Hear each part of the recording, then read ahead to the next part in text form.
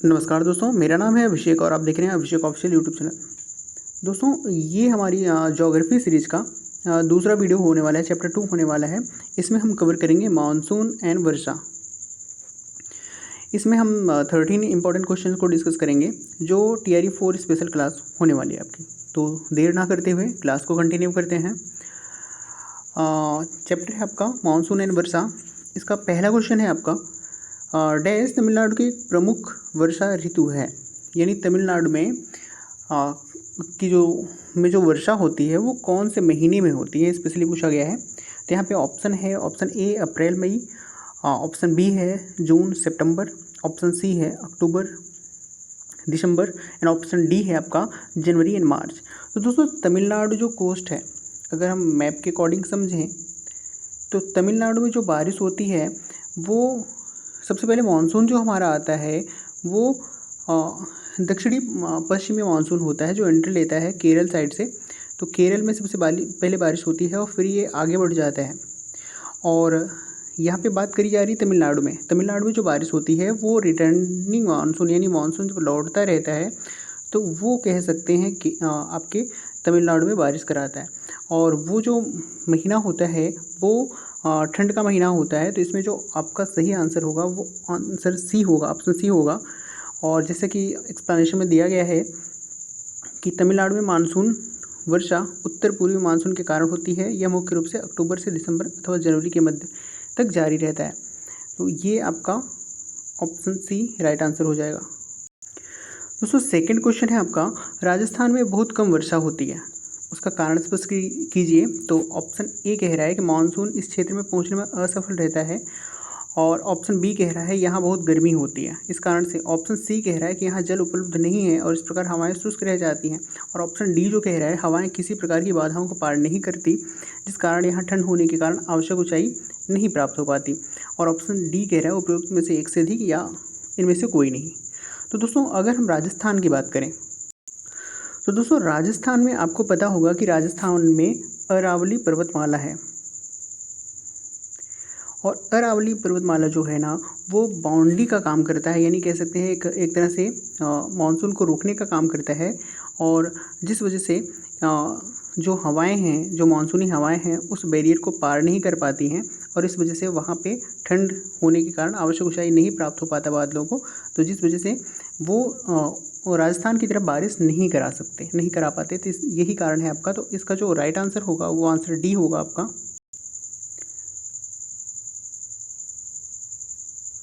तो दोस्तों, right answer is option D. Next question की तरफ मूव करते हैं।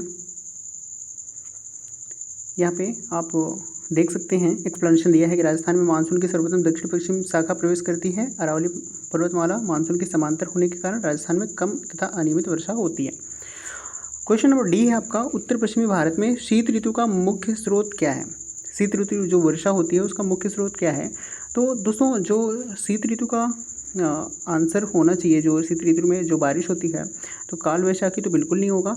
शीत ऋतु मानसून यानी वही लौटता हुआ मानसून। तो ऑप्शन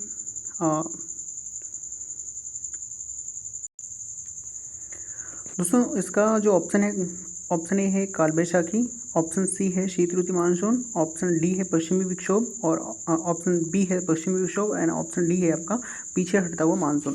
तो दोस्तों, उत्तर पश्चिम में अगर हम मैप बनाएं, बात क्या कर रहे हैं, ये नॉर्थ हो गया, ये वेस्ट हो गया। तो उत्तर पश्चिम में जो बारिश होती है, तो दोस्तों इसका जो आंसर होगा वो आंसर बी होगा, पश्चिमी विक्षोभ, जिसको बोलते हैं वेस्टर्न डिस्टर्बेंस।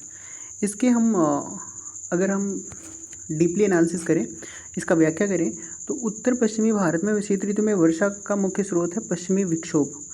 यह वर्षा मुख्यतः भूमध्य सागरीय पश्चिम विक्षोभ से प्राप्त होता है। यह शीतोष्ण कटिबंध का चक्रवात है जो उपोष्ण पछुआ जेट पवनों द्वारा इराक, ईरान, अफगानिस्तान, पाकिस्तान से होते हुए भारत के भूभाग पर तक प्रवाहित होता है। पूर्व की ओर बढ़ने में इनमें वर्षा की मात्रा में कमी देखी जाती है। यानी जैसे जैसे पूर्व की तरफ, यानी पश्चिम से पूर्व की तरफ बढ़ेगा, बारिश कम होती जाती है। और राजस्थान में इस वर्षा को मावट बोला जाता है। और पश्चिमी विक्षोभ से औसत वर्षा, वार्षिक वर्षा लगभग 3% ही रिसीव होता है, यानी प्राप्त होता है हमें। तो मावट, ये वर्ड याद रखिएगा कि वेस्टर्न डिस्टर्बेंस जो बारिश होती है उसके तहत राजस्थान में उस बारिश को क्या बोला जाता है, तो मावट बोला जाता है। इसको आप ध्यान रखेंगे। देन दोस्तों क्वेश्चन नंबर 4 है आपका, भारत के उत्तर पश्चिमी भाग में शीत ऋतु में वर्षा उत्तर पश्चिमी बोला जा रहा है। फिर से हम मैप बनाएंगे, माफ़ कीजिएगा, ये क्वेश्चन सेम वही क्वेश्चन है जो अभी क्वेश्चन 3 को हमने देखा है, तो इसका सेम आंसर वही हो जाएगा, ऑप्शन डी पश्चिमी विक्षोभ। नेक्स्ट क्वेश्चन, क्वेश्चन नंबर 5 की तरफ बढ़ते हैं। तो क्वेश्चन नंबर 5 है आपका, दंडकारण्य में सर्वाधिक वर्षा किससे होती है। दंडकारण्य की अगर हम बात करेंगे तो ये आपका, अगर मैप में आप देखेंगे तो मैप में ये आपका दंडकारण्य जो पड़ेगा वो छत्तीसगढ़ राज्य में पड़ेगा, छत्तीसगढ़ उड़ीसा राज्य में। तो यहाँ पे जो बारिश होती है तो ग्रीष्मकालीन चक्रवात से या लौटते हुए मानसून से, शीतकालीन चक्रवात से या स्थानीय झंझावात से। तो इसका जो आंसर होगा, आंसर ए होगा ग्रीष्मकालीन चक्रवात, यानी जो गर्मियों में जो यानी एक तरह से मानसून से बारिश होती है यहाँ पे। और तो यहाँ पे दंडकारण्य में सर्वाधिक जो वर्षा होती है वो ग्रीष्मकालीन चक्रवात की वजह से होती है। दोस्तों और डीपली एनालिसिस करें तो दंडकारण्य में सर्वाधिक वर्षा ग्रीष्मकालीन चक्रवात के कारण होती है, जिसका मुख्य कारण है वहाँ की स्थलाकृति, यानी वहाँ का जो स्थल आकृति है वो कारण है। महानदी बेसिन के चारों ओर पर्वत से घिरा हुआ आकार है, जिस कारण महानदी घाटी में पृष्ठ धाराएं चक्रवाती रूप ले लेती हैं और छत्तीसगढ़ में लगभग 150 सेंटीमीटर तक बारिश होती है। और जिस वजह से कह सकते हैं धान का कटोरा, छत्तीसगढ़ को धान का कटोरा बोला जाता है। धान का कटोरा बोलने का ये भी रीज़न है, यहाँ पे 50,000 से अधिक, यानी 50,000 से अधिक चावल की प्रजातियाँ मिलती हैं, जिस वजह से छत्तीसगढ़ को धान का कटोरा बोला जाता है। दोस्तों नेक्स्ट क्वेश्चन है क्वेश्चन नंबर 6 आम्र वर्षा क्या है। तो आम्र वर्षा अगर हम बात करें तो ऑप्शन ए है आमों की बौछार, ऑप्शन बी है पश्चिम बंगाल में मार्च अप्रैल में होने वाली वर्षा, ऑप्शन सी है बिहार में जून में होने वाली वर्षा, ऑप्शन डी है बिहार में जुलाई अगस्त में होने वाली वर्षा। तो दोस्तों इसका जो राइट आंसर है वो दिया ही नहीं गया है।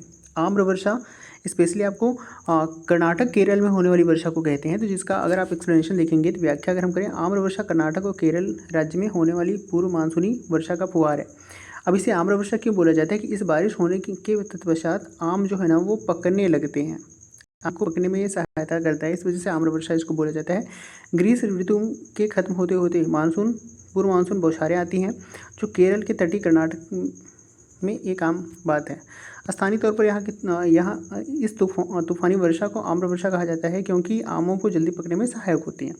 और दक्षिण पश्चिम मानसून की अस्थायी लहर द्वारा केरल में मई के महीने में भारी वर्षा होती है, जिसका जो उपयुक्त विकल्प है वो दिया ही नहीं गया है। तो दोस्तों आम्र वर्षा जो है ना, ये वाले पॉइंट आप, एक्सप्लेनेशन वाले पॉइंट आप याद रखेंगे।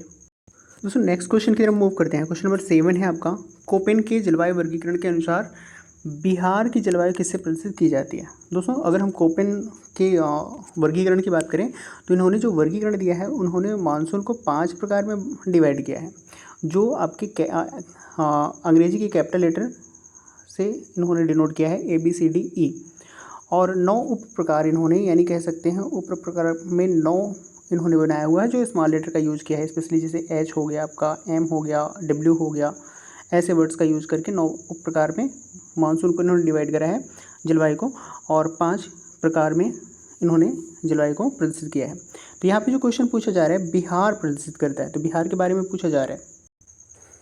तो दोस्तों जो बिहार की जलवायु है ना, वो ऑप्शन ए के साथ जाएगा, CWG, यानी कह सकते हैं गंगा डेल्टाई, गंगा का डेल्टाई आपका पार्ट है, तो गंगा डेल्टा।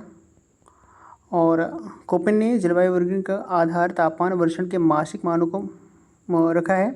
कोपेन की जलवायु वर्गीकरण के अनुसार उत्तर बिहार की जलवायु CWG टाइप की है। CW जो शुष्क व शीत ऋतु वाला मानसून प्रकार है, और इसका फैलाव गंगा का मैदान, जैसे हमने पहले बता दिया, गंगा का मैदान पूर्व राजस्थान, उत्तर मध्य प्रदेश और उत्तर पूर्वी भारत का अधिकतर क्षेत्र इसमें शामिल है, किसमें, CWG में।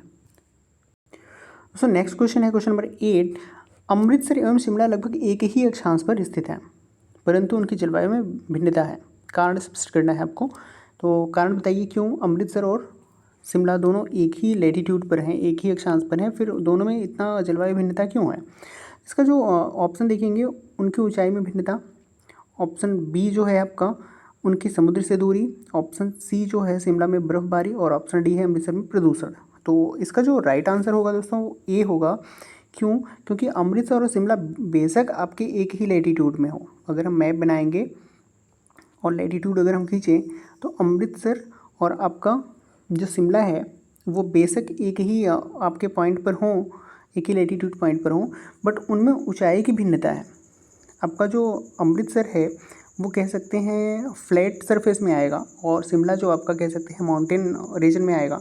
तो दोनों में कह सकते हैं ऊंचाई की भिन्नता है, और आपको पता है कि जैसे जैसे ऊंचाई बढ़ती है जैसे तो वहाँ पे टेम्परेचर डाउन होता है, तो जिस वजह से कह सकते हैं ये जलवायु भिन्नता है।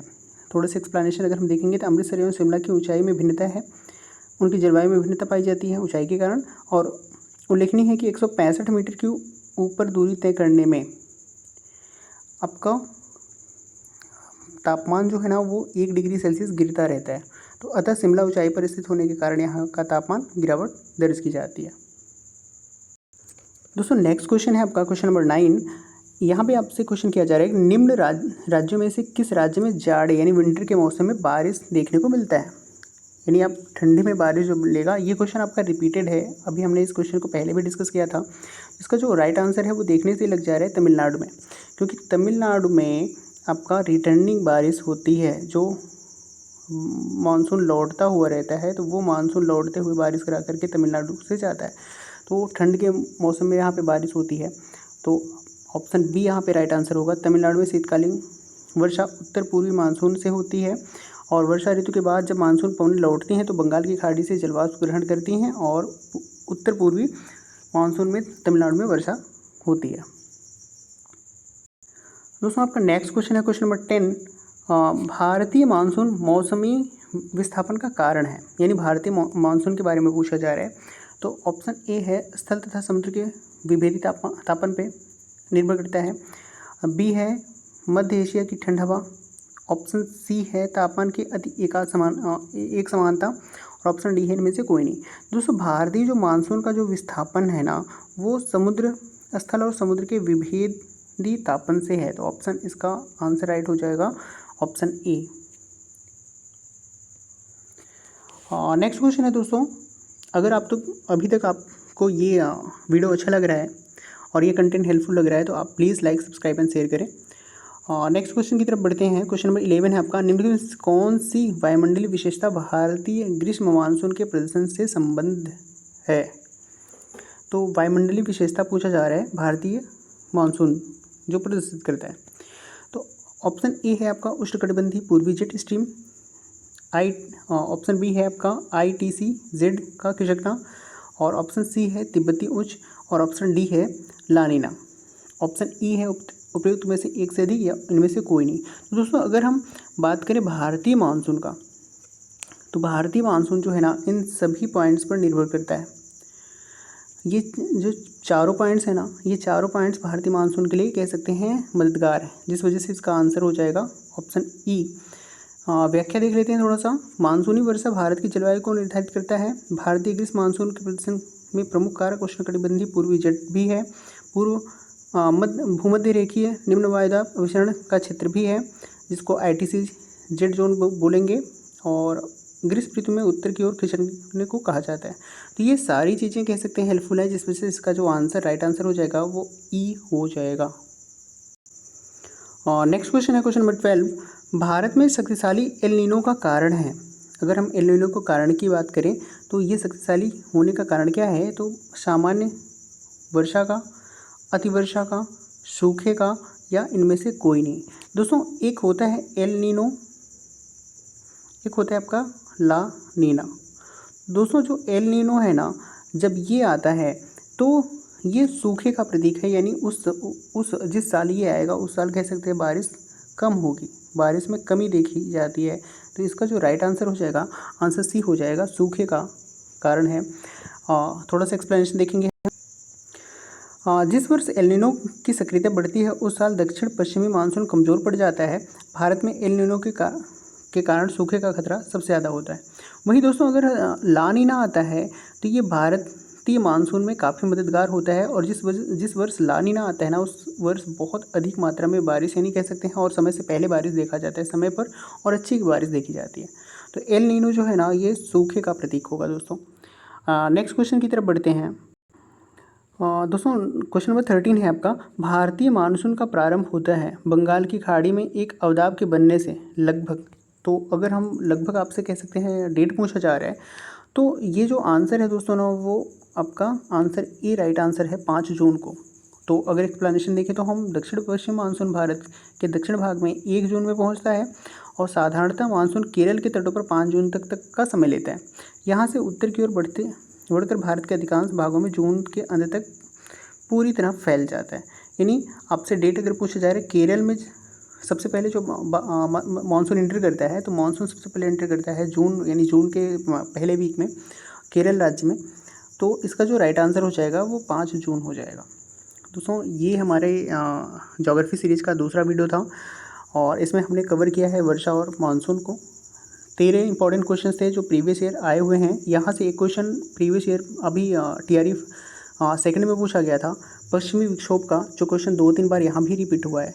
तो आई थिंक ये वीडियो आपके लिए हेल्पफुल होगा और ऐसे ही चैनल को लाइक, सब्सक्राइब, शेयर करें और ऐसे ही अपना बेस्ट देते रहें, अपने एग्ज़ाम की प्रिपरेशन करते रहें और बेस्ट ऑफ लक दोस्तों।